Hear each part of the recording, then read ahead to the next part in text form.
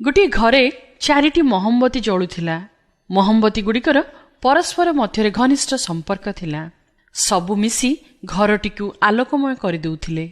କିନ୍ତୁ କିଛି ସମୟ ପରେ ହଠାତ୍ ଗୋଟିଏ ମହମବତୀ ଲିଭିଗଲା।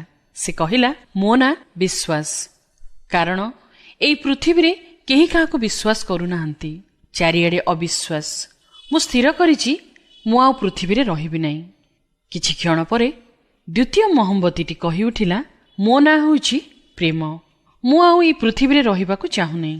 କାରଣ କାହାରି ମନରେ ବାସ୍ତବ ପ୍ରେମ ନାହିଁ। ସମସ୍ତେ କେବଳ ଅଭିନୟ କରୁଛନ୍ତି। ଏଣୁ ମୁଁ ମଧ୍ୟ ଆଉ ଆଲୋକ ଦେବାକୁ ଚାହୁଁନାହିଁ। ଏହା କହି ଦ୍ୱିତୀୟ ମହମବତୀ ମଧ୍ୟ ଲିଭିଗଲା। ସମୟ ବିତିବାକୁ ଲାଗିଲା। କିଛି ସମୟ ପରେ ତୃତୀୟ ମହମବତୀ କହିଉଠିଲା, ମୁଁ ହେଉଛି ଶାନ୍ତି। ମୁଁ ମଧ୍ୟ ପୃଥିବୀରେ ଆଲୋକ ଦେବାକୁ ଚାହୁଁନି।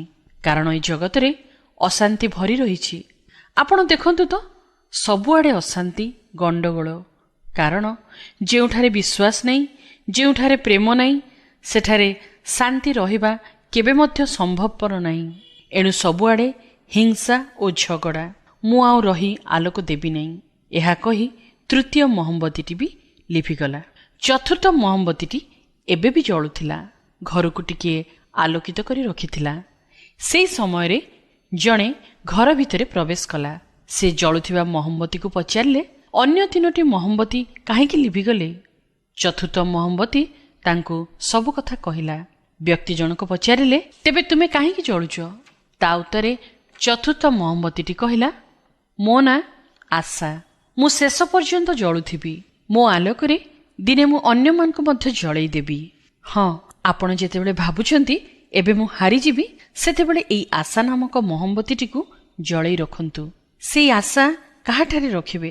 ସୃଷ୍ଟିକର୍ତ୍ତା ଈଶ୍ୱରଙ୍କଠାରେ ଆଶା ଓ ଭରସା ରଖନ୍ତୁ।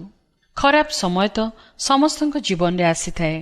ପ୍ରତ୍ୟେକଙ୍କ ଜୀବନରେ ସୁଖ ଆଉ ଦୁଃଖ ଆସେ। ଏହା ହିଁ ପ୍ରକୃତିର ନିୟମ। ରାତି ହୋଇଛି ତ ଦିନ ନିଶ୍ଚୟ ହେବ। ରାତିରେ ଶୋଇଲା ବେଳେ ଅନେକ ଚିନ୍ତା, କ'ଣ କରିବି? କିନ୍ତୁ ଈଶ୍ୱରଙ୍କ ଉପରେ ଆଶା ଓ ଭରସା ରଖି ଶୁଅନ୍ତୁ ତ, ସକାଳେ ଦେଖିବେ ନୂତନ ଆଶାର ସୂର୍ଯ୍ୟ କିରଣ। ଈଶ୍ୱରଙ୍କ ବାକ୍ୟ ବାଇବେଲ ଆମକୁ ଏଇ କଥା କହେ।